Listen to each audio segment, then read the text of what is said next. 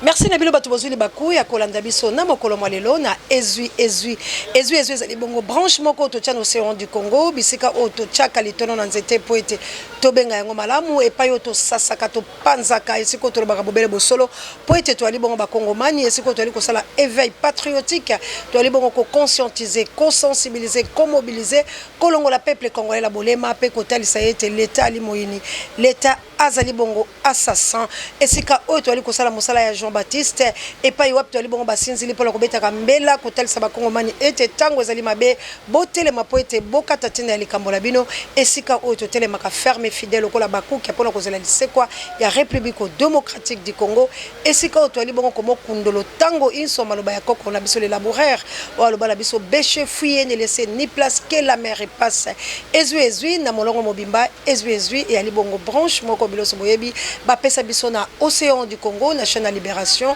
et pas yo to lobaka bobele bosolo na ngonga oyo esengeli ezui et pesa lisusu merci na ba fidèle abonné na biso bo continuer ko s'abonner na chaîne na Libération océan du Congo boko zalaka bongo de cité pe la bilo bato bozwaka libako ko like be émission ko partager ko tia ba commentaire ba si je sais ba joma nzombe a pambola tout et chacun ezui partout dans le monde ezui ya mokolo lelo to ali bongo na moko ya balobeli yemoka ko lobala bilo pambate to lobaki ete esengeli bosolo et jouer rôle la kati République démocratique du Congo na banzi ete bino banso boyebi makambo ezoleka la République démocratique du Congo kasi lelo to kolobela nini lelo to kolobela bakambo ba uti ko sala remaniement pe ba nomination oyo esalami toko kena maponami mais boko longola boko nommé et ali nini nde to kolobela mokolo lelo to kolobela salaire oya ba député oyo pesi mbuto pe ba député ba milakisi ba oyo bazwaka koto oyo to kosola ngona na moto pe ya mayele bango pe ba mibimi pona kosala ba parti politique la bango to kotuna nanu ezalaka mabete to kolobela mingi salaire to kolobela makambo ezoleka la STP to kolobela makambo oyo mona mboka Adolphe Mozito oyo pe yepe ba onji ya minene e utaki bongo komo tombola ye to koloba yango a pe to kosimba nyoso ezali koleka bongo na République démocratique du Congo nde na lingi vraiment to pesa invité na biso pambate biso esengeli to pesa privilège na bato yo bakoloba la Congo yango to lobi bo s'abonner massivement po ezali chaîne moko oyo lobelaka bino bo solo na tango esengeli to tekutana ka mona côté kabo ya lompesa to yamba nano invité na biso mbote mona mbote mama journaliste esali penda moi mikolo miike boni santé nano Zambé aza au contrôle, aza kobattre la biso, tous allons na papé ma bomoy, c'est ça l'essentiel pour nous, c'est d'être d'abord vivant et on dit tout comme linkolo pour tous aller pour respirer et nous devons le louer. Na profiter na micro na yo, na kopé sa yo merci pour na kobeng sangai pour na to sur la ezui masolo amboka ezalaka na tina to lobela ngonga nyoso et puis na pesimbote na balandi na biso na ba réseaux sociaux na ngonga o bakolanda la biso na pesi bango mbote belé Zambé a pambola bango pona attention na bango oyo bazana ngo vis-à-vis ya mboka Congo attachement ezali makasi atako bazali na bamboka bapaya bisika wapi baza kolia malamu baza kolala malamu mais osana bango ezala kaka baye basango mboka pe ya biso etambola malamu po epesa bango limemia nde wapitina na tombeli bango nyoso mokolo malamu Zambé azala na bango merci. Vraiment Nzambe azana bino mokolo malamu kasi bato mosusu bayebi openza te ba o balanda bayebi kasi bato bakolanda wana mokolo mwalelo o mekananu ko milakisa liboso na bango. Merci beaucoup ngai nazwami na kati na mboka Congo na ville ya Kinshasa nazali ko répondre na kombo ya Monsieur Focas Kukelemena nazali moko ya ba communicateur ya Nouvel Élan parti oyo tolobi ezali jeune et puis vieux au même moment et puis nazali politologue de formation natangi université pour na koyekola gestion de la Respublica et puis nazali pe penseur lyrique pour na salaka loyembo na lolenge ya kosala socialisation politique éveil ya conscience nationale et sur fond sonore pour que bato bakota na lolenge ya koyeba ndenge nini tokoki kotambola na kati na ekolo po ete mboka ekende ko atteindre développement. Donc nazali na mwa ba casquette belé ya motu ya ezali tango tokosololaka bato bakoyeba au fur et à mesure toza koloba nani nazali Et voilà un peu. Soutenir.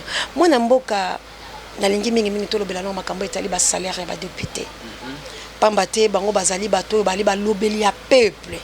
Tango peuple a voté bango to kotinda bango esika wana esengeli bango bali basali na biso po ete batala ka biso lolenge ni to ko bika soki mbebe yali bango balobeli biso kasi lelo to moni ete to ebité to lo bandenge bilo batamele bolo baka monde à l'envers député ako dondwa kasi moto atinda ki esika wana atika na passe likambo etali salaire na bango.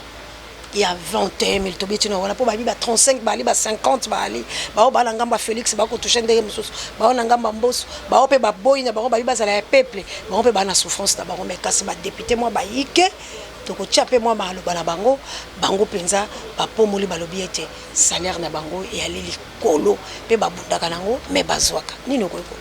Bon ya liboso mama omoni lisango oyo ya likambo ya salaire ya ba député. Ezali kaka te po ete ndeko Martin Fayulu alobi yango nde ekoma likambo ya sika te. Déjà biso na banalise ebele tosala tosi tolakisa ete mboka na biso ekambamaka bien te. Injustice sociale ezali makasi. Inégalité sociale ezali makasi. Mboka oba bengi une nation, mboka oba bengi une république etambola kabongo te. Makambo yo ewumeli mingi na kati na mboka na biso kine lolo na régime ya ndeko Félix oyo totiela ki motema ete lokola ye avandi tango molai na opposition a critiquer ba régime ya lolenge na lolenge lelo ebongaki tango ye akoti tomona différence au babengi changement. Changement ekoki kozala slogan te. Changement il faut emonana na lolenge ya kosalela politique na ba décision bato baza kozwa pona kokamba mboka. De pa etolinga kitomona différence. Oyebi nazana somo nalanda ki émission ya ndeko Alingeti o azali inspecteur général ya finance. Tango asololi na journaliste na conclusion na ya suka lobi ndeko journaliste banda naza kosala musala oyo nazali na somo a utilizaki mot ya français alobi horaire ya ba politicien congolais. Donc elingi oloba na lingala nazali na somo. Donc tango na koloba somo ozo sentir que moto azolo bango na somo pe nyonso chair de poule eza kobimaye. Pourquoi? Parce que en étant inspecteur ya finance ou azali kolande la mosolo mboka tangu akomi na conclusion wana pe batuni eso ki koki kokoma politique alobi na koki jamais kokoma politique po soki na komi politique na kokende kosanga na batu o nazali na somo na bango na lolenge o bazali komanyola mbongo ya leta. Alobi somo wana ezali Alingeti azali vivant yende mutu azali na exercice ya contrôle ya finance ayoki somo et puis alongoli motote alobi ba politicien ya Congo nazali na somo na ya bango. Mais en dehors ya élément wana biso tosala analyse déjà depuis longtemps to démontra que situation to vivaka na Congo ezali situation oyo elekaka na Afrique du Sud politiquement. Babengaka yango apartheid. Oyo ezali une réalité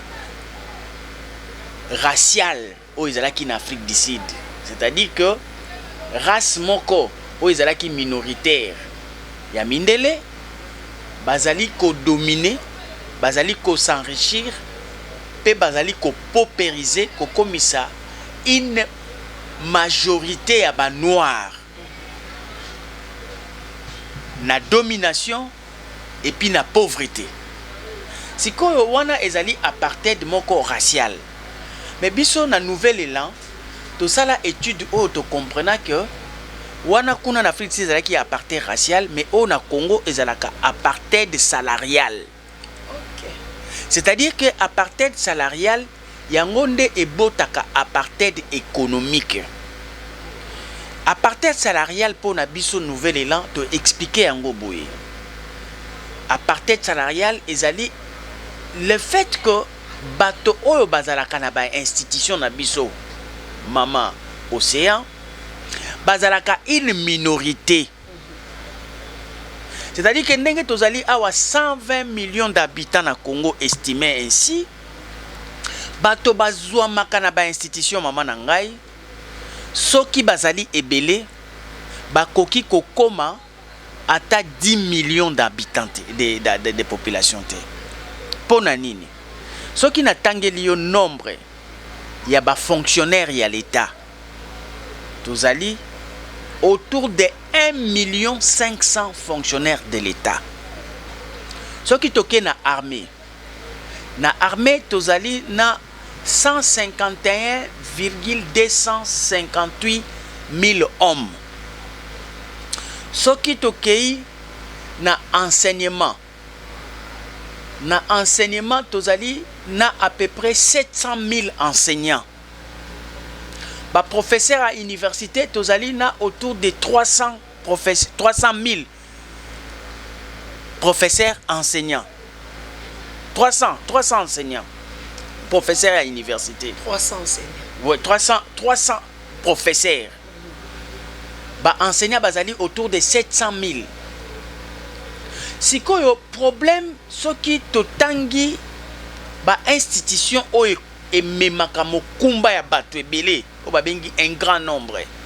Soki tosangisi bango tobakisi na ba parlement oyo ezali na 500 députés, sénat ezali na 109 sénateurs, aujourd'hui gouvernement ezali na 65 soki 67 ministres. Azara 67. Oui. Ebele boy. Ah oui. Gouvernement na biso ezali à 67 ministres. Soki aujourd'hui na présidence parce que ezalaki na chiffre moko ebimaki kuna banda na présidenti na huissier moto asuka bazali autour répertorié autour de 1018 personnes. 1018 personnes. Donc voilà la présidence. Voilà la présidence. 1018 personnes. Ouais, ce qu'aujourd'hui la police même Hollandeli batwana nyonso bakoki kokoka jamais 10 millions. Si ko on a 10 millions wana nano 10 millions au nyonso na tangi na liboke ya bato bazali na ba institution o ba salaka o bazwaka salaire ya l'État o ba kamba kamboka na kati na bango na 10 000 déjà na kati na bango il y a un problème, il y a répartition, il y a revenu à l'État. Wana to bombina nous 110 millions d'habitants au mususu batikali potozali autour de 120 000. Na ba oyo wana na nous 10 000 wana kaka bazali branché na salaire au komona ke peut-être kaka bato o batangami na ba mandataire ya ba entreprise publique ba député ba sénateur ba gouvernement batu ya moi cour des comptes batu ya cour constitutionnelle na présidence bangonde baza ko se retrouver bazali moke ndeti na tobengi yango apartheid. Apartheid c'est-à-dire que une minorité bakanga kambongo ya l'État autour de 80% ya mosolo ya l'État bango bato balia kango mbongo nyonso ikotaka na kesi ya l'État sur les 100% 80% eliamaka na une minorité ya bato babengi ba autorité 20% o etikalaka yango babwakelaka 120 000 habitants 110 000 habitants to kabolaka 20% bango bato bazali 20% bango bazwaka 80%. Problème monene. Et ça c'est démontrable parce que ba enquête salama, ba recherche salama, ceux qui ba voter budget na biso 100% ya budget na biso tango ba exécutaka yango okomona ke ba institution wana il y a ka 70%. ya budget national 30 oyo etikali nde eye kozonga mpona investissement na reste ya population, mais balandaka yango lisusu mpona badetournaka yango en dehors ya 70 oyo bango bazwaka déjà na compte ya budget ya l'État.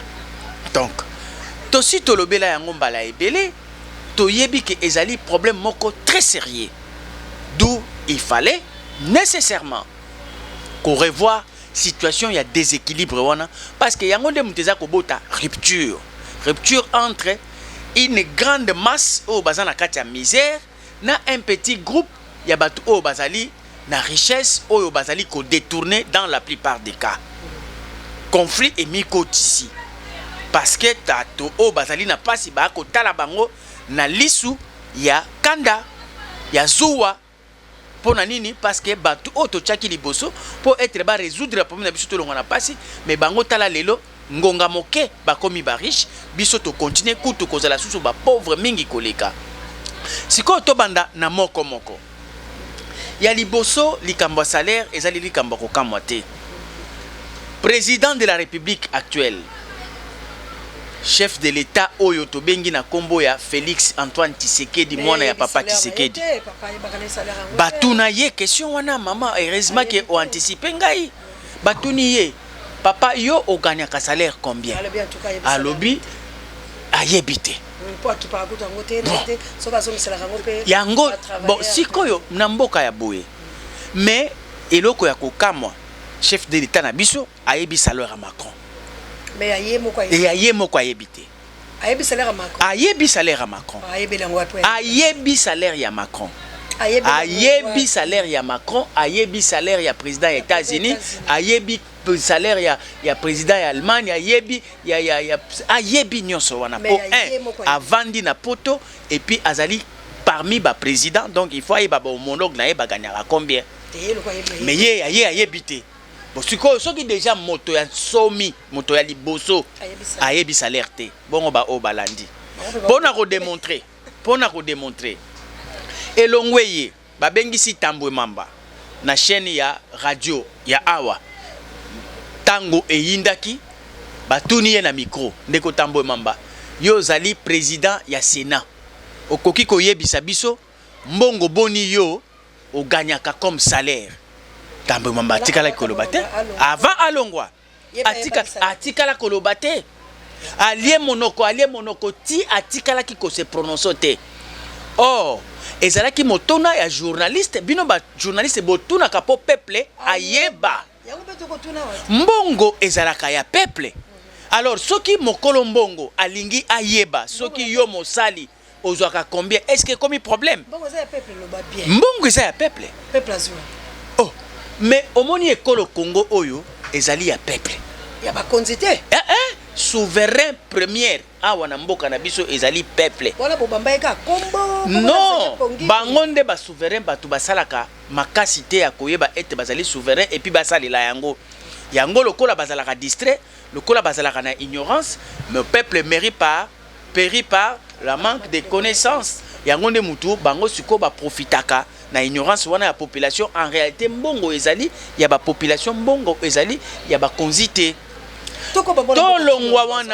Tolongwa wana soki olongoli mama nani Tambwe Mamba batuna mama Janine Mabunda. Mama Janine Mabunda azalaka présidente ya Assemblée nationale. Moi si lokola yo oyo tokokaki kotiela motema tolobi ata bibali bakanga motema epa ya mama tokoyeba ta vérité lelo batuna ye na Top Congo mama Janine tango oyo babandaki koluka kokwisa Jean-Marc Kabundi po alobaka makambo ya 7 millions pour organiser congrès. Mama Janine Mabunda yebisa biso yo sko lokola présidente ya Assemblée nationale mbongo oyo yo ozwaka lokola salaire ezali combien? Mama Janine Mabunda lobate yepe ayebaki te tikiaka motuya likambango ezali secret moko incroyable, ezali mafia moko incroyable, ezali oyo chef de l'État oyo ayebi salaire na yete ye moko aloba yango ke ba institution na biso ya Congo etambolaka lokola ba mafioso oyo ya Italie babenga kango omerta. C'est-à-dire que les institutions fonctionnent avec des acteurs qui sont de mafieux. Ça, ce n'est pas moi qui le dis. Avec tout le respect, c'est le chef de l'État qui s'est prononcé. Il est au sommet de l'État. Il a fait ce constat à l'objet. Ba institution nyonso ya Congo et tambolaka lokola ba mafieuse. Ezali omerta. C'est-à-dire que on vole en silence, on pille en silence, on tue en silence, et on se tait et on est complice. Et personne ne peut sortir ces secrets-là sur la place publique. Ezali lokola ka film au total ya ba mafieux wana. Soki ba ko sala kuna bango mama ba lingaka te mutu moko abimisa vérité. Soki o meki ko bimisa vérité bato nyonso ba ko telemela yo ndengo moni tango Martin Fayulu alobi abimisi vérité. Lokola ye voiza ya makasi a ramasser les kambo bato balobaki na CC. Alors ye lokola za opposant ya makasi tanga pesi yango maman balobi lokola abimisi vérité il faut to bomaye. Et puis effectivement ba institution ya mafia ya omerta et fonctionnera bongo. Ce qui mutu moko ameki ko dévoiler secret mutu wana il faut baluka batinda baspion bakende baluka ye ba localiser place azali bakangi ye ti bakomema ye et pas chef de bande wana azalaka gangi azalaka na revolver na ye awa kaka pembeni atiaka ngo likolo ya mesa bokokuta ye azomela cigare atie milangi ya whisky atindaki bato bakende koluka mutu abimisaki secret babengaka ye traître tango bakoya na traître bakomema ye ya kokanga maboko bamemi ye ti liboso ya chef de bande akotala ye akosolwa na ye te akoyebisa ye que est-ce que tu peux prier pour 1 minute pour ta vie ye alobi oui je peux prier alors prie alors tango kaka bandi kosambela abimisi kaka revolver abeti ye kaka ta abomi ye motema na ye esali nini ekiti awa démarche oyo ezali kosalema ezali démarche wana ba koluka bakanga Fayulu ba memaye pa chef de bande abimisa revolver abetaye ndenge babimiseli Jean-Marc Kabund oyo yepe azalaki kaka na kati ya clique wana tangu a dénoncer baluki bamayele nyonso batindi bato bakangi ye basinga bamemi ye pa chef de bande abimisi revolver abeti ye taya.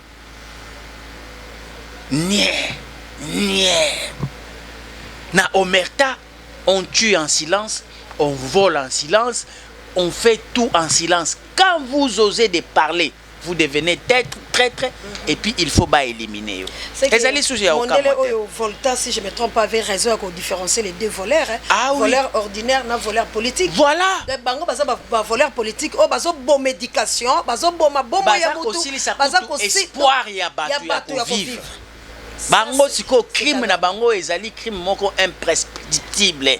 Donc ezali koyiba espérance ya batu. Vraiment au baby si batu ba retrouver en normal. Batu ba se justifier batu ba lobi nazana somo na bango.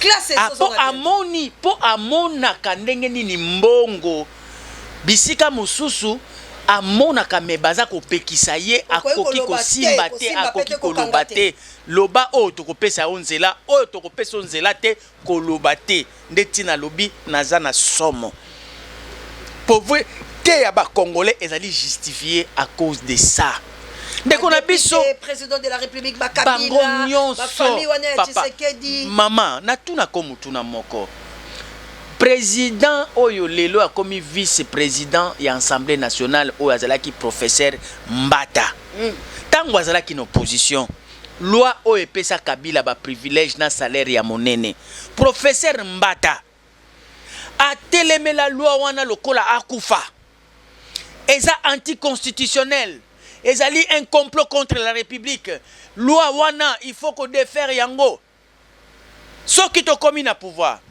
banda bakoma na pouvoir banda bakoma na majorité à union sacrée banda akoma président à l'Assemblée nationale prof Mbata soki ozo yokangai tu es un enseignant tu as formé les gens aujourd'hui où en sommes-nous avec ce que toi tu disais en fonction il y a loi wana. À quand la réforme, révisitation à loi wana et que ça les mamukolonini pour lelo aux sous une opposition te, lelo aux sous scientifique te, société civile te, au commis président. D'ailleurs, c'est toi qui dirige, ce n'est pas Mbosso. Assemblée nationale, mais ça n'a pas beaucoup naïe. Aïe bisabiso mokolonini sikoyo tokozwa possibilité ya ko revoir loi wana. Ou bien loi wana ezotika la bongo po bayebi que bientôt le président Félix deviendra un ancien président élu. Yépe a bénéficié ngo. Donc ezalaki nango kaka chantage, ezalaki nango motema mabe contre Kabila. Ôte toi que je m'y mette. Lokola nga nazolia te nde na bandi ko salela yo zuwa. La haine oyo bino bolobaka na bopoza ba la haine. Si haine yango e monani sikoya bino po bozana majorité ozana assemblée nationale mais ti lelo loi wana bosimba yango te mandat pe yango ezoki na kosila. Voilà, c'est-à-dire que les gens du Congo sont mauvais, méchants. Et ça langa somo. Ndeko na biso Délice Sanga. A lobela likambo ya train de vie, ya ba institution. Mais balinga ki ba bete mabanga. Oui, vous déjà des mabanga ndambo. Balinga ba bomaye. Mais heureusement que ba mema qui est pas chef de bande était pour abimisa revolver abetaye toyo. Mais c'était vraiment Délice Sanga populiste, Délice Sanga orgueilleux, Délice Sanga du n'importe quoi. Un rebelle qui n'a pas de leçons à donner. Ils ont pillé la République avec Mbemba. Aujourd'hui, il veut dire quoi? Voilà.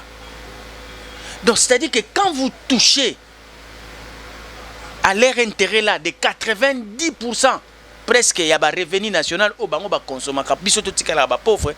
Et combien de mina bango ba ko bomayo? Moi na mboka wana to ko lekala mo mbako pote to simba kili kambo le salaire kasi. To simba yango ka lokole ko kilesika moko nomination ya bato bazalelo. Mais ils ont un député moko na habité Kabuya, tela biso no son to souffler bon to zong. Nous sommes redevables à la population et cette redevabilité exige la vérité autour de ce que nous gagnons, autour également des charges que nous portons. Le budget 2022 alloue aux députés un traitement de base qui, pour tous les 500 députés, c'est 128 milliards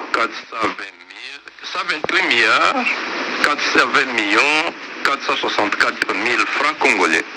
Lorsque vous divisez par 500, par député et par mois, vous avez l'équivalent de 21 403 410 francs congolais. Ça, c'est le traitement de base prévu dans le budget 2022, c'est-à-dire 10 701 $ si l'on considère les taux de 2000, mais avec les taux de 2050, ça peut être moins.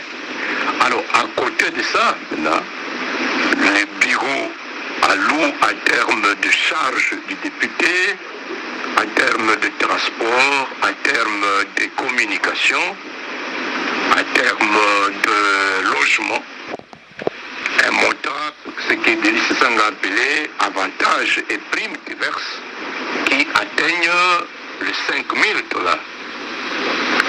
Vous voyez, communication et transport. Maintenant, il est vrai que depuis le mois de mars, il s'est annoncé une rubrique qui fait polémique que les députés avaient posé depuis longtemps, certains députés appelés réserve parlementaire. C'est-à-dire qu'ils estiment que lors de leur descente sur le terrain, lors des vacances parlementaires, ils sont tellement sollicités que ce qu'ils gagnent ne parvient pas à leur permettre d'entretenir tout leur séjour et c'est ce qui est en discussion.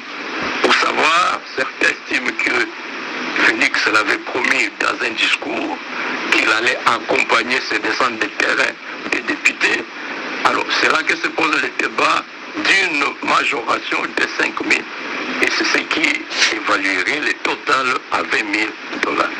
Donc, Martin Fayulu n'a pas dit la vérité. Jean-Baptiste Kassé. Il n'a pas tous les chiffres en détail, mais il n'a pas non plus menti. Il estime que c'est quand même scandaleux pour les députés nationaux de toucher ce montant alors qu'on a des professeurs, des enseignants de l'école primaire, des médecins, des infirmiers qui sont en grève parce qu'ils ne sont pas bien payés. Madame, personne ne peut nier le caractère scandaleux de ça. Je viens de Goma où il y a un enseignant qui est tombé en plein rassemblement devant ses élèves parce que l'enseignant, avec une classe de 128 élèves dans sa classe, il gagne 330 000 le mois. C'est difficilement 165 dollars. Et il est tombé. Ses collègues l'ont ramassé jusqu'au bureau. On lui a posé la question qu'est-ce qui n'allait pas. Et il a avoué qu'il avait 2 jours sans manger, qu'ils avaient décidé de laisser le peu de rations qu'ils avaient à leurs petits-enfants. Donc c'est scandaleux et surtout que nous sommes l'autorité budgétaire destinée à veiller à la distribution équitable du revenu national. Donc il n'y a pas de honte d'avouer que sur ce plan-là, nous sommes sur le point de démissionner de notre responsabilité. Et comme nous allons en session parlementaire, en session budgétaire, les débats se posent en point nommé pour que nous puissions recadrer les tirs. Sinon, on ne peut pas s'enquêter, se dire il n'y a pas de problème et continuer comme si de rien n'était, non. Alors il y a des députés qui avaient demandé à ce qu'on puisse revoir, diviser les salaires des députés par 2, mais on a vu comment vous avez réagi à l'Assemblée nationale. On a l'impression que vous n'avez pas ce souci-là du peuple, c'est plutôt vos propres intérêts qui vous intéressent. Non, mais maintenant là, il faut poser les débats sans passion, sans rire ni pleurer, comme disent les scientifiques. Les débats se posent à un niveau beaucoup plus grand, au niveau de toutes les institutions. On le sait, mais au niveau de l'Assemblée nationale, est-ce que ça ne vous gêne pas, vous députés, de toucher ce montant alors qu'il y a des enseignants, des médecins, des infirmiers qui sont en grève parce qu'ils ne sont pas bien payés? Je ne saurais pas parler pour tous les députés, mais pour moi-même, c'est vrai que ça trouble ma conscience.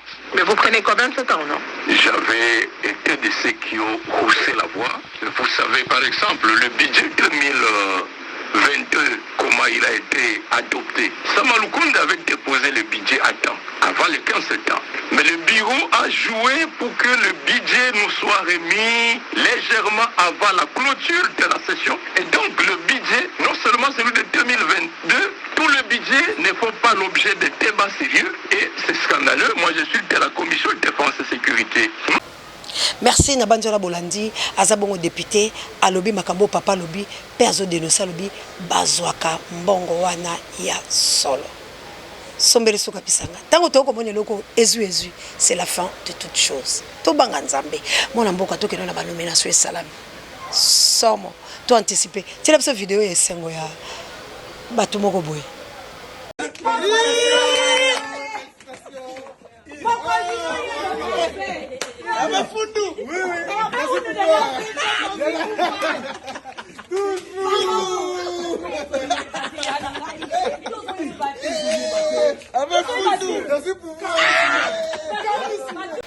Mwana mboka tolandi wana vidéo tomoni mwana mwasi wana akosepela libota na tozui pouvoir nini yo lobela ba nomination 85% bakasa ye. Au fait, esengo wana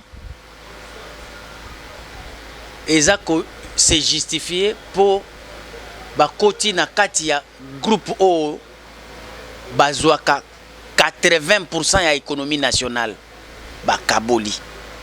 Esengo wana ezaka yangwana. Esengo parce que en réalité maman na mboka lokwa Congo o balobi ke omboke kufa. Soki ba nommé yo, il faut ba stress. Pour ozomona responsabilité kilo ya makambo ke sala. Oko sepela normalement hein. Il faut oyoka ke donc ce n'est même pas question des avantages, ce n'est pas question des privilèges, mais c'est question des responsabilités. Poids. Ceux qui payent mutu ba nommé pona kende ko sala na mboka Congo, il faut assentir charge. A ressentir esengo na note. Il faut assentir charge pour mboke kufa. Ce ko ba nommé na mboke kufa. Yo kende osepela nde. Oko kende osepela na ndenge nini po yebi ke ba pesio musala makasi. Okope ko kutu ko kima nomination en réalité. parce que mboke mais soki ba voilà bato soki babandi ko sepela bongo elingi koloba kake baza koloba na bino ke to longwe na kana bino ya bato obozelaka 20% wana ya ba revenu national biso balongoli biso kuna tokei na groupe ya bato o bazwaka 90% ou bien 80% ya revenu national nde biso bato toke kolia yango sikoyo na longwe piéton na longwe locataire na longwe mozangi ba crédit na longwe bana bake poto bana bake ba école privée ba mission de service yemo ko mwana balobi DGDA ce qui DG ya chaîne asimbaka misolo papa asimbaka en fait de compte likolo ya makambo na nyonso babambiki ye lisusu oyo misolo eleki mais yango na papa aza ministre ye moko aza nani député papa aza député ministre ye aza adjoint ya papa na compte ya parti na compte ya parti na suppléant parti wana bato musu bazalaka te ye suppléant ya papa ye na kati ya chaîne ye na kati ya parti na kati ya parti wana bato mosusu o balongo bani pona kozwa mikumba wana ba avantage wana bazalaka te ba parti yango lolenge bazo kambango ezali kolakisa ka ke mais mona mboko to simba kala to sono mo keto ko to le parti politique lelo ezani na ebité est-ce que ça na loi te que parti politique président zali suppléant na faza la muta parti il faut kaka za ndeko na ye to so comprendre te pourquoi ba osala bongo ezate po bazo banga ke soko zaki na kati ya parti wana olongwe babotoli ope pouvoir bakotia mutu mususu sa place maman démocratie bato ba réfléchir à démocratie ba réfléchir ngo boyete oyo bato bazozwa ba habitude na bango ya ba chef coutumier ya ba chef traditionnel yango bazo ya nango na kati na ba parti politique les partis politiques au Congo ne fonctionnent pas dans l'esprit de la démocratie au ezali mécanisme européen sa mutu non so science pour que à partir ya ba compétence ba réunir ba critères aux ba responsabilité o ezali qui tribalisme o ezali qui népotisme o ezali autre chose qui n'a rien à voir avec la démocratie pouvoir ezongali susu de père au fils mais to bonyango lelo siko wana eza démocratie na nini bato ba bimisa démocratie ba bundaki po makambo wana ya di père au fils esila mais bino na Congo bolingi ko boma démocratie bolingi bozonga kasi tozonga na biso na royaume te po soki bozana na bino na royaume et ko kamisa mutu te population a tombokaka te soka moni papa atikeli mwana na ye akotomboka te kaka famille moko mutu gouvernaka bino bo nyonso bozo kotala bango bezo kobetela bango maboko tozonga na biso na royaume po yango nde egulongo bani pona biso mais wana makambo ya ezo sala makuna na kenge kuna ekoza makasi parce que bato musu bako badoko bomana mais problème ezali yango nde pasi na ngai na lobarango tous les jours c'est parce que le peuple que nous avons n'est pas encore mature pour devenir souverain.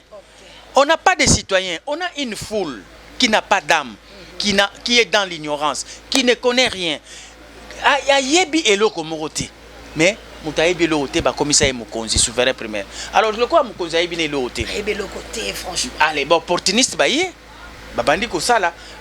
Yango ezaka pasi. Ezaka pasi. Donc il faut pour nato bima na situation il faut nanou mama bosala musala ya ko conscientiser bolongola nanu population oyo na ignorance parce que ces gens ils feront toujours ça tant que ba population bazali na kati ya ignorance na kati ya distraction mais ba politiciens de batukangi peuple parce que tozo mona lelo ke soki biso to sa peuple bimano derrière les politiciens boyana nto bunda boyana nto revendiquer ba droit politiciens lebela bango bolanda ba maman siante bolanda makambo ba osalate parce que ba politiciens ba yebi ke soki batu wana bazui mayele bango kop na bango esa nini esili ici na lobaka yango tozali na système ya inaptocratie.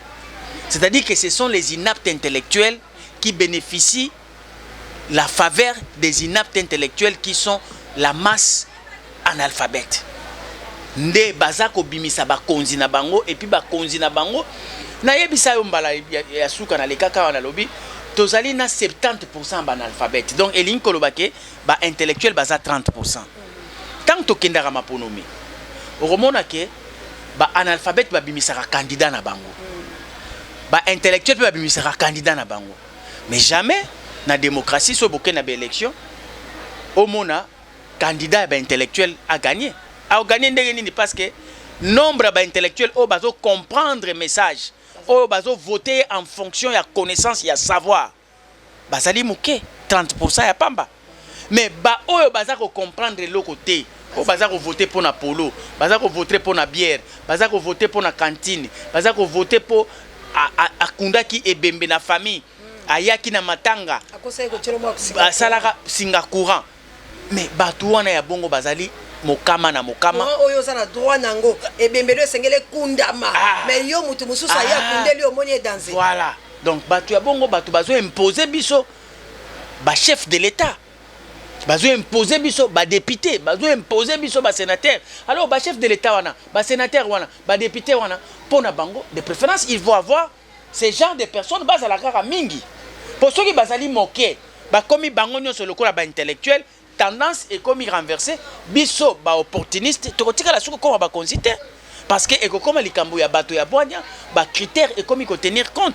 avant ba élire biso ba tchebino na débat contradictoire ndenge to monaki ba président neti ya France baza ko ndongwana bino sko boza ko pona nani azali mayele koleka muninga mais awa nani akondima bako kima to komi ko kenela somele soka bisanga bon, yo za candidat président de la République Muzitu pe candidat président de la République bobo tcha bango débat contradictoire Muzitu na songolo mpakala débat contradictoire po na sima débat contradictoire to pona nani azali na mayele pe boanya ya kokonza mboka ekolo ekosimba te robo ya na bango bande konanga isombele na Muzitu azali te mais sikoyo lokola Muzitu azali candidat ya ba intellectuel c'est une minorité oyo bazali koyoka makambaza ko ba pe ba ko comprendre mais moto oyo ko yana populisme moto oyo ko yana tribalisme moto oyo ozali na népotisme oyo ko yana corruption ndenge ba koma ko pesa ba député au colis parlementaire colis ya vacances mais colis wana papa kombo na corruption pour colis wana nde yango nde mutekendaka okunda bibembe na vacances parlementaires yango nde mutekendaka obongisaka bapont ya mabaya na ya banzete koli wana yango nde mutesalaka ba kermesse yango mutesalisaka ba défilé de mode yango mutebetisaka ba concert na organiser ba match à football. Ce sont ces genres de députés qui gagnent aux élections au Congo. Mais oui. Mais est-ce que député pour gagner des élections, il y a solo ceux qui te commis à niveau que population a commis mature. Yo organiser kermesse pose au bavois au bet sa match à football officialisé parti politique là au bengi Fabrigaz. Vraiment yango ndem te comme so député. C'est quoi l'ingo ça peut ni bobeta bola ndaka musique vraiment to boyo kanga makambo la sala kwa yango inaptocratie c'est une réalité aujourd'hui congolaise. Nazolo bela ba congolais bo kangamo oyo inaptocratie. Nous ne sommes pas dans la démocratie. Configuration actuelle, nous sommes dans l'inaptocratie. Encore, nalobaki yango lisusu, omoni cette façon. Inaptocratie. Voilà, ce sont des inaptes intellectuels qui gouvernent une masse favorable. Il y a ba inaptes intellectuels au bazali ba analphabète. Mais nakati la société, un petit nombre des intellectuels qui réfléchissent le kola binon dengo boza ko réfléchir boza ko mona clair. Maman, est-ce que yo oyebite que mutute la zazo ba mutute ya maele? Oyebite. Yo pona o voter lelo, o voter na sentimate. O voter pour oyebi que oya mwana. Mais élection peut pas qu'il en ba député ba voter hein, loi les hommes makala. Ah, c'est ça le problème. Ba voter ka la parlement ba tchemu compte. Non. Nyonso wana toyebi maele ya ba imboka, pa ebazolinga komema mboka. Mais toza ko yebisa bango ete le vrai problème ceux qui tozo organiser ba élection. Poto pesaka rendez-vous, il y a un mauvais électeur, bakutanana un mauvais candidat. Congo kombo nango misère. Ni ne sengel tout ça. Il faut organiser une élection où il y a rendez-vous, il y a un meilleur candidat na un meilleur électeur. C'est-à-dire qu'un meilleur candidat, c'est le meilleur d'entre nous. Un homme qui a été préparé, formé, qui a de l'expérience, qui a de valeur, qui a une vision claire, capable d'être exprimée, expliquée, convaincre, chiffrer, programmer, qualifier, quantifier. C'est ça un candidat. Au moment où Macron en Koloba, a opé sa chiffre, aopesa qualité, apesi quantité, apesi timing. Mais écoute, on va bon boyer kaka oyo azolo ba bien te alinga tika. Voilà. Bande ko nangai vraiment to comme okena suka kasitozwa est moi muke kaboya lo mpusa parce que ya makama mboka eza ezui esengeli bato baloba po ete likambo eko boma mboka sikoyo eli likambo ya bambongo misolo ebele ko bima kasi peuple ko mona malamu te tala général oyo azala ba pete belé kasi salaire neza 250 qu'on est 150 a soldat n'en parlons même pas yango moni ke likambo wana esengeli to beta mbela po moni ba soldat ba ko sepela Museveni umela na mboka na yo pola nini Museveni azala biloko bango bana ngote donc ya moli kama mboka pesa biso mo minute po ezali ezu mona mboka anticiper est ko kufa mais koto to ko préparer ma ponami koto bato ba ko bimisaka misolo bunagana baganga kilobi o bunagana zongi to moni bunagana bato ba ko balokota ya bapaya balakisi ndenge ko kufa toke na pela bandundu ndenge zokende wana kokatana bitumba na Congo central memema ba Rwanda bakoti anticiper na likamona po matango mama na ngai omoni ozokende no musika na bunagana kuna ezanano na est capitale ezali awa est-ce que oyebike pona ko bengana banguna o bazana bunagana ezosenga biso ba arme e utata na Russie ou bien États-Unis mais insécurité au tozoko vivre lelo na Congo sur fond kuluna mama kuluna na Kinshasa kuluna na ba commune nyonso je dis bien tina Gombe kuluna aza présent OK na Matadi kuluna Boma kuluna Kikwit n'en parlons pas OK na Lualaba OK na Lubumbashi OK na partout je vous dis l'est est occupé. L'est c'est un phénomène de l'insécurité avec des gens qui sont armés.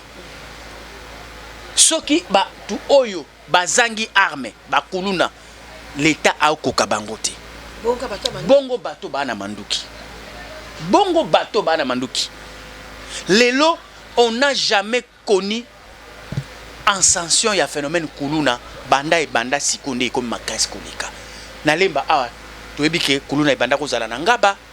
Kuluna banda kozala na makala biso awa lelo na lemba 20h déjà mwana bendana 22h déjà yebake yo moko se comporter déjà quoi kuluna po so kutana na bango balieyo bazo bunda na balabala bazo bunda en plein air babanga ka sumu tuté policier abanga ka kuluna alors c'est quoi qui déjà kuluna buto koka l'État a zokoka ko maîtriser kuluna. C'est pas l'État ko so bango te ba soldats tinde ba ona. Mais yango na zoloba. Comment se fait-il que l'État et Sika Azali o esengeli acha ordre public? Tout un ministère existe. Oyo ezali il y a intérieur. Ezali censé ya ko pesa biso l'immémia protéger les civils, leurs biens. Ça c'est il y a un ministère. Mais pourquoi tozana ba salaire bazakozwa? Problème ezate. Bonginda na bino. Mais pour rendre biso atane fisc service. Pourquoi ils sont incapables? Ba avantage bazozwa. Mais ba responsabilité ba koka kwa simete. C'est pourquoi je parle de la kakistocratie. Kakistocratie. Tozana crise ya. Tozana crise à leadership et tozali na société moko oyo ezali gouvernée par la kakistocratie. Voilà, donc au sommet de l'État, babenga rango la kakistocratie. Bato voilà, bato ba okamba biso babenga bango ba kakistocrate. Ba kakistocrate en réalité, ce sont des gens qui viennent aux institutions pour les avantages, mais non pour les compétences. Bazokoya pona ba gagner vie na bango, bazwa mosolo, ba comme ba riche et non qu'on rendre service na peuple. En réalité, ce sont des médiocres qui n'ont pas de capacité de pouvoir rendre service, mais ils ont besoin d'accéder au trône pour gagner de l'argent, pour s'enrichir. Ah, mais il y a un kakistocrate là dans cette société là, bato bakoki kozana kimiate. Et d'ailleurs, société wana ebenga maka dako disparaître kaka parce que ebenda article 64. Pourquoi? Parce que ba kakistocrate bango ba gouvernera par défi. Okay. C'est-à-dire que bazo yoka passe na bino, bazo mona passe na bino, mais bakosala eloko te po bango baza occupé na ko résoudre nan ba problème na bango familial ya ba ami na bango ya clique na bango. Tout si les sana makambo ezolekana yaka na moteke ko bomana ko kata ba organe ko kata omoni soko landi na CCCC okuta na kati nini ba politique ba vandi pona nini parce que la classe politique actuelle n'est pas à la hauteur des défis en termes de programmes et de gouvernance, des idées claires. De tout le balade, va créer tribalisme. Bah manipulaka, oui, il manipule. Voilà. Ah voilà. Mais oui, c'est juste pour déstabiliser. Bah ça les manipulation. Quand elle sur Rolandi au fond, baza pour politicien tel, quand elle pour un politicien tel. Alors, ce sont des calculs des kakistocrates. Des gens, oui, incapables de réfléchir cohérent pour résoudre le problème de la société. Ils n'ont pas la capacité, bazana capacité, bango bazana capacité à voir ma bango moko na ba famille na bango na clique na bango. Ils n'ont pas la capacité de résoudre les problèmes des citoyens. Moi conseil moké la bande ko la bandundu. Bande ko na biso ya bandundu. Franchement makambo yo na mboka na betu na bola na betu makambo yai na bandundu betu zaba yo ve. Betu zaba ve kufa muntu na mbele kuzenga muntu. Bitumba kuswana kuben kufinga kana na bandundu ke bantu luzitu betke brutal ve. Nous avons une brutalité en termes ya mutu, c'est-à-dire que ceux qui bachelinga mutu liboso nanga qui réfléchit, je dois démontrer que je suis extraordinaire. C'est ça le défi ya batabandundu. Tout ça na ba défi mosusu te. Mais oyo ezoko kamwisa ngai. Oyo ezako kam sangai ba politique botika manipulation les peuples il est vrai bosi bosala musala na bino pendant ce qui 60 ans Congo oeza Congo bo appauvrir population tina niveau bo commissaire inapte intellectuel il ne peut rien plus faire alors a commis na maturité ce qu'on peut manipuler ye bo salisa e bozoba o ba bengi la bêtise humaine. Donc, si bazui mécanisme ya ko intimider cette fois-là c'est kuzenga muntu na machette, kuzenga sexe, kuzenga nkingu, kupasulantu. Ça c'est pour intimider. Cette pratique ils a pratiqué à Est. Ils a pratiqué na bisoté na Congo. Voilà. Donc situation oyo ezali na mboka otokomi eza kolakisa ke l'autorité de l'État a un problème de son existence. On a un problème de l'autorité de l'État. C'est quoi eloko eyo sala ranga bien. Maman, omoni okoki kopesa no ba discours. Okoki kopesa no ba promesse. Mais ce qui est efficace pour l'homme politique, c'est les résultats. Les résultats, on doit juger l'homme politique par les résultats. Aujourd'hui, mais résultats, l'autorité de l'État n'existe pas. Maman, tout le bela kutu bunagana te bunagana déjà batu ba occupé ngo bazana ba armée. Bazana ba armée. Mais quand c'est tomoni ba banyani ba militaire ba kotiebele ba troupes étrangères ba sebele ka pona bunagana na maison longote. Mboko peso bi. Nalobi maman. Est-ce que yoko comprendre? Tango États-Unis ba yoki ke délégation ya Congo et Kenda qui Russie. Parce que tango secrétaire d'État aye awa. A lobby pour organiser l'élection, États-Unis a payé 23 millions de dollars. 750 quelque chose comme ça. Pour qu'il y ait une élection.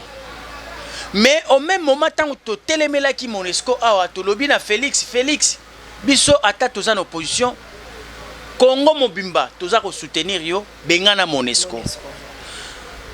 Ceux qui ont bengani Monesco babimi tozali na posate au demeurer na ba américain o bazo kosa o butu na moi bango batu baza ko lia yo cc bango batu baza ko soutenir Rwanda za ko soutenir ba M23 tika nzela wana tala nzela ya Russie to kende na biso tala nano tangu ministre aye ko kende na Russie parce que chef de l'état alinga ki a sepilisa ba imboka o basenga ki eke kende na Russie tango atindi États-Unis ayoki ke oyo biso tolobi partenariat lelo afungoli lisusu misu akene na Russie lokola Kabila. En tout cas to banda kosala ye chantage babandi ye nanu chantage sur la loi électorale chantage sur effectivité ya possibilité ya glissement babimiseli ye rapport balobi toza komona nungu ezali na kati ba politique ba institution etiamaki na ndenge ya yiki babandi ko bimisela ye ba raison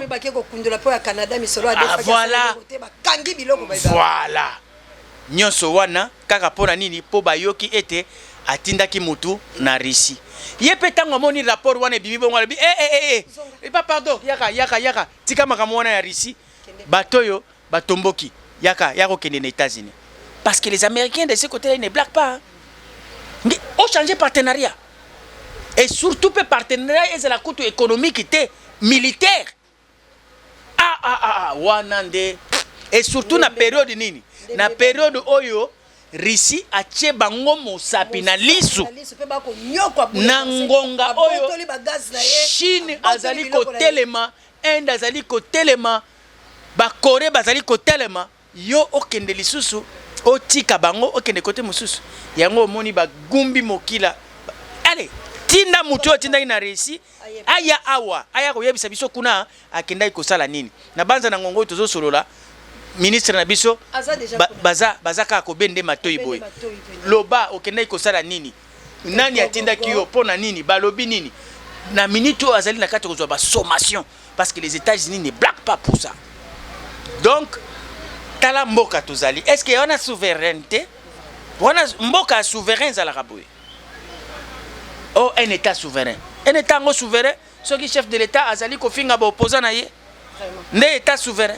vraiment état souverain ça doit s'assumer vis-à-vis à d'autres états awa makasi ya mokonzi na biso ezali ka vis-à-vis ya opposant tolingi to mona makasi ya mokonzi na biso vis-à-vis ya Lorenzo vis-à-vis ya Denis Sassou Nguesso vis-à-vis ya Kagame vis-à-vis ya Museveni nde wana to sentir que mokonzi na biso aza béton mais béton na ye ezali ka pona ko fina kaka matembele bimate ba opposant ba bougete maboloko etonda lisusu or que mosala na ye makasi na ye wana ezali na tina te elakisama na kati ya mboka na biso tozingi makasi na ye wana alaksango libanda to mona pe asala pe expédition ba rebelle bakota pe ouais bakende kokota maloko ba atinda batu bakanga pe Museveni bakanga pe Kagame ezali te koya ko lakisela biso puissance awa lokola neti ke biso tozali bapaya na mboka oyo te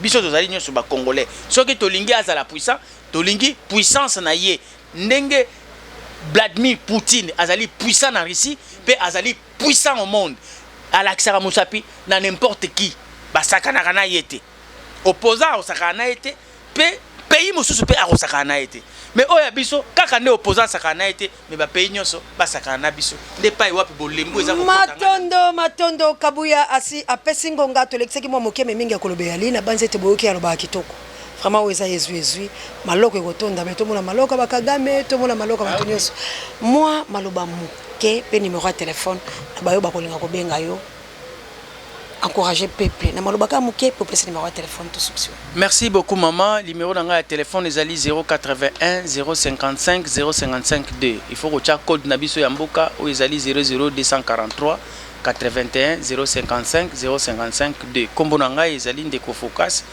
ku kelemena. Na lali kopesa mbote na batnyo so balandi biso pe nazali ko lendisa ba ikongomani. Papa, ti mukolo nini. Elo komo ko esala nga pasi ezali ka motuna oyo ndeko na biso oyo ya diaspora boketu alobaka oyo peuple ya ndenge nini. Oyo peuple ya ndenge nini. Soki kaka peuple na biso azui bonsomi na ye ami bimisi na boumbu mboka Congo ebiki. Parce que le seul la seule moyen ya ko sauver, la seule occasion à sauver Congo ezali ka à part les moyens de sa population. Soki population na biso ezali ka gube boy, bazali ka na kati ya ignorance, bazali na kati ya distraction. Il y a des problèmes sérieux au pays, mais les gens sont pleins dans des bars, dans des boîtes, dans des terrasses, tous les jours de lundi au lundi. Tu vois, c'est ça les vrais problèmes. On est distrait et d'ailleurs, bateau balinga bisote, bazo aider biso kutunde. Pour tous wa makoki ya romelara mingi ndengwana. Tala économie en mboka mobimba, c'est compliqué. Et si kanyon sokomona supermarché à Malunga, et si kanyon sokomona boîte de nuit à Malunga, même ba bar yango ya Malunga ezali kaka ya ba étranger. Bazo bongisa biso ba bar kitoko. Bagé abana. Voilà mais donc motu ya pelika. C'est-à-dire que awa ya biso oyo atako mbongo ngo baza koyiba. Ba obomisa te. Eloko baza ko tonga na monika mikolo ba station. À part ba station, ba flat. Mais franchement, on est où là? La population congolaise doit se réveiller. Du profond sommeil, aux politiciens, l'alisaye pour être base à la distraite d'engona pour bango ba konza. Na koyiba pété. Voilà. Bande konanga ito comme la souka émission pétage partout pété. Vraiment botta la distraction mususu yango wana elelo to komi na banze bolandi bona mboka alobi na biso était peuplé tout élément. Peuple tout se prendre en charge maloba ya Mozelora Désiré Kabila malobo tozoli la mikono so tolobi soki population bo telemi ndenge bo telemaki bobomaki ba rwandais malamu kozala mboka. Merci encore une fois là yo vraiment d'accord répondre mais la banzi to continuer pour ba enseignement en tout cas na banza toza ko sala effort que chaque semaine il faut tous les kakambala moko mibale misato pour na ko lendisa makasi afin que population na biso azwa éveil. Nous avons posa ya boyebi ba kambaka écoloté avec le populisme, avec des polémiques, avec des marches. Non, on gouverne la République avec des bonnes idées. Yango ngai na sala choix kokota nouvel élan. Ah oui. Matondo makomela yo kabu ya l'homme puissant ye asala choix ya kokota na nouvel élan tokolobela yango la banzi oyo ya Fomozitu ndenge babimisi troisième to bombi yango pour la deuxième émission parce que tous mois ta ebele na makambo etali salaire mais néanmoins boye ba été mona mboka Mozitu vraiment kabu ya kotiela biso pe moi mongolo to ya papier yango vraiment sondage na ye salami kitoko na ba ONG ya minene mona mboka Mozitu babimisi troisième personnalité, troisième personne au azana souci ya Congo balobi azo vanda la Congo azo luka makamba Congo ali kolobela Congo donc azo mérité soutien ba congolais ona ko bundela ekolo Congo la ba idée na ye balobi asenga guerre aloba boy batu ba kai kasi to kolobela yango na mona mboka na banzi donc 2 jours. Merci Nakabuya l'homme puissant, on n'échange pas l'équipe qui gagne. Merci na Moïse Ngombi, Misape électrique. Merci na Pape Joy, directeur recherche stratégique et pourquoi pas Sango Mokondi, Paris Abemiso Babiso. Merci na Bapora Angola, no bondi à Botard de Bono, et émission Kokome Nabino, Mamour d'Angola, la Mokitene, Florence, Matondo Mido, et pourquoi pas Bino, so Manangana Kunya de Langabino, tout. Hein, maman Anna Jolie, la Suisse, vraiment équipe à soutien océan de la presse congolaise, Papa Michael, Kumba Massine, Tokende, la Chabienne de Bruno, mon mère, et pourquoi pas mon ami de tous les temps, Junolo, soit les cœurs d'océan de la presse congolaise et pourquoi pas le number one océan de la presse congolaise, il s'appelle Juka M. Vraiment partout, Bozali, Ingeta la bana Vuluzi, Tokuta Nabino, Soki Yesu, Abateli Biso, vraiment, Makamoya Kitoko Ezali, bon s'abonner, bye.